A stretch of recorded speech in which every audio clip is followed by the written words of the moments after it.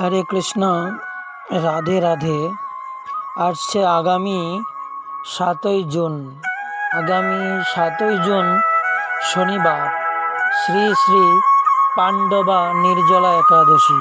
শ্রী শ্রী পাণ্ডবা নির্জলা একাদশী।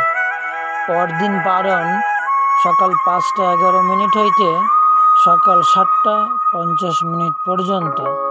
সকাল 5টা 11 হইতে 7টা 50 পর্যন্ত। অবশ্যই এই মুক্তিদায়িনী, ভক্তি প্রদানকারিণী এই পাণ্ডবা নির্জলা একাদশী সবাই আগামী শনিবার 7ই জুন পালন করবেন।